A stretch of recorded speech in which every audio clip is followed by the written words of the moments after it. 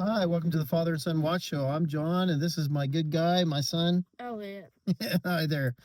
Today we're going to talk about an embarrassing chapter in our watch collecting history.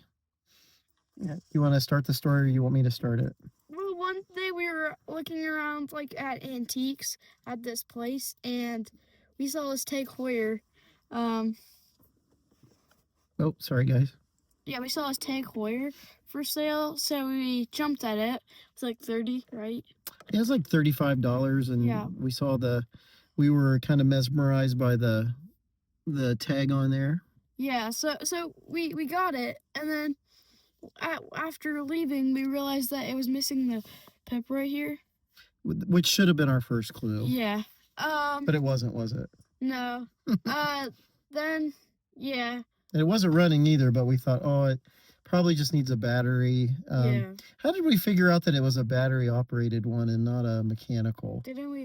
Did it say something on the back? No, we must have looked it up. Yeah, oh, we must have tried to wind it and, it didn't do anything. So we thought, well, it probably needs a battery.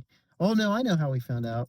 We used our friend, the Google Images, to find out what kind of tag it was. Oh, yeah. And so we looked up the specs, and it said, it was a quartz, and, it looked legit. It looked great. And actually, we were really excited because the value of it was pretty high compared to the $35 we spent at the antique mall. Yeah, and then we took it to one of our watch friends. Yeah, he's a watchmaker, a local watchmaker, and he's been kind of been nice helping Elliott to learn some things about watches, and he's done some service for us and worked on my grandpa's watch, and so he said he would look at it and kind of verify if it was real or not.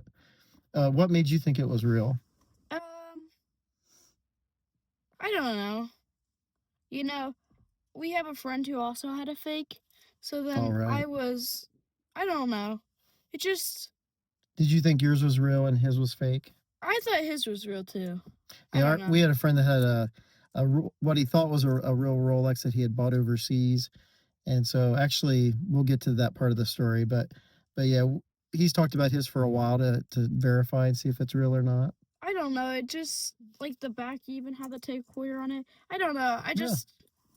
Yeah, I mean it's got a good weight to it. It didn't feel cheap, didn't feel like it was a fake. But yeah, everything looked good on it. The bracelet was kind of broke too, but we thought, oh, we can get that fixed with our watchmaker friend. So then what happened when we showed up to have it inspected? Well, he just by looking at it, he thought it may be real, just by like the weight and everything. And then once we took it off, it wasn't real because it didn't have the Tag Heuer logo. So what do you take off? We took off the bezel or the case back. Yeah, case back. What did he find on the case back? That was made in China. Right. Well, our heart kind of sank when it said made in China because we kind of figured that wasn't good, and he said the tags aren't made in China. Was there anything else that was in the watch that was a giveaway? It didn't say Tag Heuer on the movement. Right, it didn't say Tag Heuer on the movement. Actually, he said it was a Miyota something. Yeah, it was yeah. So Japanese movement. And was there something else around the movement that kind of gave it away? There was a hair. Oh, he found a hair, but also was there something about the plastic circle around the movement? He said it didn't fit. Yeah, it wasn't the right one. So someone must have just found it in a box of watches and put stuff together to make it work. And actually, I was kind of desperate at this point, and I asked him if there was any part of this watch that was legit and an actual tag, and he said no. But he showed us some things. It was actually a good lesson for Elliott and good lesson for me too, because I have found a few vintage watches that I'm about 99% sure are legitimate.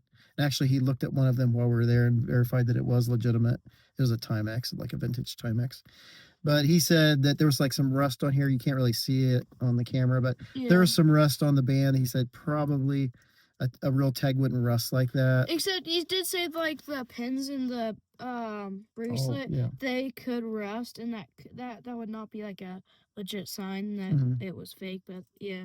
And he said the finishing on the band and the pins in the bracelet weren't very good either. Well, that might be my fault because I did polish it. Oh, you're right. Elliott tried to polish it up before we went to the watchmaker. Tried. But yeah, it was. What was your first thoughts when he said that it was a fake? I was disappointed, and then I mean, part of me wanted to keep it and like play with it, but at the same time, I also didn't want to, because like I think of it as sort of like putting down the watch brand that works so hard to make nice watches, and then someone makes this fake, and then that you still it's a fake, but you still keep it in your collection. I mean, some people might really like fakes, and I'm fine with that, but like personally for me, I just don't think I could handle having it in my collection. I didn't even want to see it anymore because I was really upset that someone faked a watch, and then also upset that they tricked us, and also upset that Elliot was looking forward to having a kind of a nice Swiss made watch in his collection, and kind of a nicer watch to wear. He was really excited, so I felt bad for you. Well, also for you, see, if this would have been real, I would have let him wear it until I got older, and then I would have took it back. That makes me even sadder now.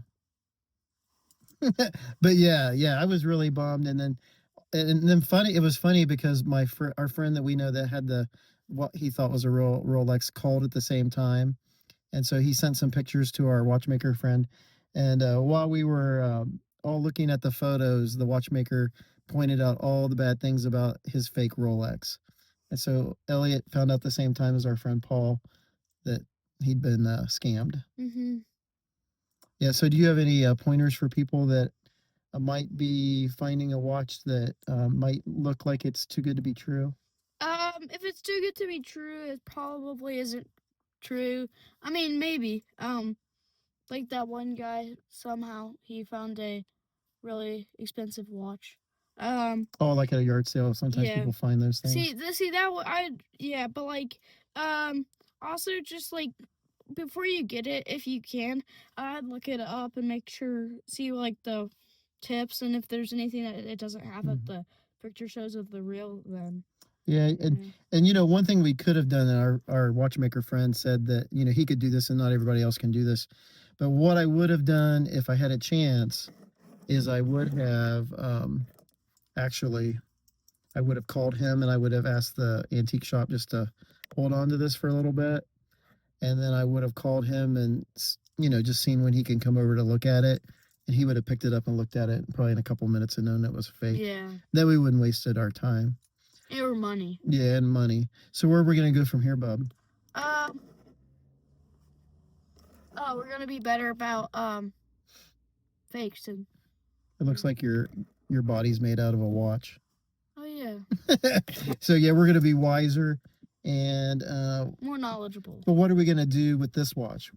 We're gonna try and take it back and see if they can put it on credit, and then if they can't, which is fine, we're gonna try and sell it for parts. And just for parts, and we are gonna list it as a fake tag, and somebody wants to pay a few bucks for the bracelet parts or the metal or something, that would be great. But yeah, hopefully we can get a credit towards an actual real vintage watch at the antique mall. And then the other mistake that we learned is it was missing the pip, which should have been probably a dead giveaway that something was wrong, because I thought, and the watchmaker thought too, that maybe the pip was rolling around inside, but it wasn't. So I wonder if they just faked it and forgot to put it on and didn't care and then tried to get rid of it. Yeah. But when I was doing research to find a replacement pip to fix it, I picked the wrong pip, because there's pips that you can glue on, like is what this needed, or pips that I guess screw on or attach on somehow. Yeah, but I got the wrong one. We accidentally got the Rolex one. That's for like for like up here on the bezel, or bezel. Yep. So I've got to try to return that too. So it was kind of a pain, this experience, but we did learn a lot. So definitely do your research, take your time, maybe get an expert to look at it. If you can, maybe do a lot of research, have somebody hold this for you, and then maybe somehow take a look at it and just, I guess, live and learn. You'll pick up things like we did of what to look for. But they did a pretty good job though, because I pretty much thought, oh wow, we found a pretty reasonable tag at the antique mall. Any last thoughts? I'm disappointed, but yeah. Yeah, I'm disappointed too. I'm really feel bad for you and for you. And now that you mentioned that I could have wore it for a few years, I feel bad for me. You were going to.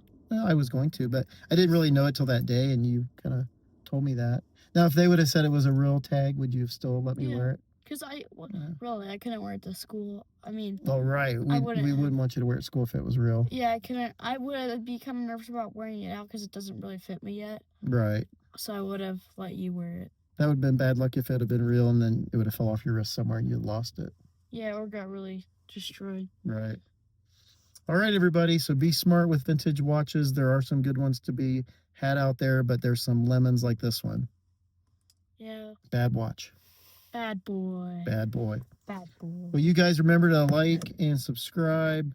God bless. Keep on ticking. Share our videos with your friends. And we'll see you in our next episode. Tick, tick, tick, tick, tick, tick, tick.